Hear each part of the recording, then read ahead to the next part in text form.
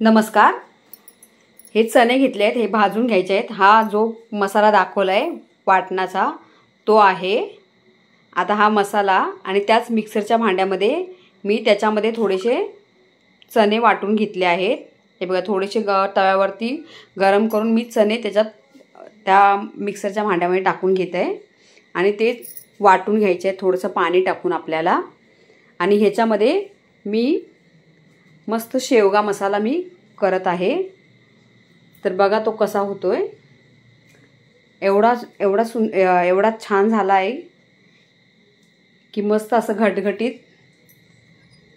आणि म्हणजे कांदा टमाटर टाकला की असे मुलं काढून टाकतात। तर डायरेक्ट असा मसाला असेल तर मस्त मसाला, म्हणजे ह्याला भाजीची गरज नाही ना डाळीची गरज नाही। हा शेवगा मसाला आपण मस्त खाऊ शकतो, डिनरला लंचला कधीही बनवू शकतो।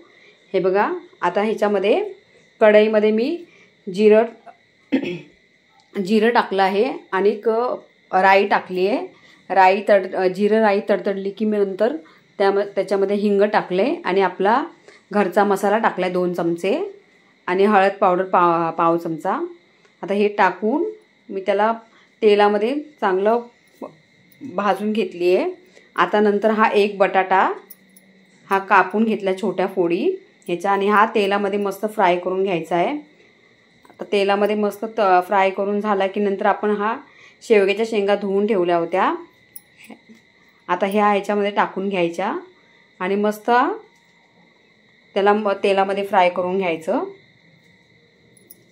असं हे 5 मिनिटं फ्राय करून घ्यायचं, म्हणजे आपला शेवगा आणि बटाटा शिजतो। आणि नंतर मग हे त्याच्यावरती वाटण टाकले, जे आपण कांदा खोबऱ्याचं वाटण आणि त्याच्यामध्ये चणे टाकलेले, मस्त असं घटघटीत वाटण ह्याच्यावरती टाकले। आणि आता थोडंसं ह्याला 2 मिनिटं असंच परतवून घेऊन नंतर मग ह्याच्यामध्ये थोडंसं पाणी टाकून घ्यायचं आहे आणि चवीनुसार मीठ टाकायचं। चवीनुसार मीठ टाकून झालं की हे बघा किती छान मस्त असं घट्ट वाटण झाले। मस्त शेवगा मसाला हा कसा वाटला तुम्हाला मला प्लीज कमेंट करून सांगा। आणि माझ्या रेसिपी आवडत असेल तर प्लीज माझ्या चॅनलला सबस्क्राईब करा, लाईक करा आणि शेअर करा। हे बघा किती मस्त झालं आहे आणि खाण्याला तितकाच खमंग टेस्टी। तर तुम्ही एकदा करून बघा। हे बघा, मस्त डाळ भाजी काही करायची गरज नाही, एकदा हे बनवलं की झालं। धन्यवाद।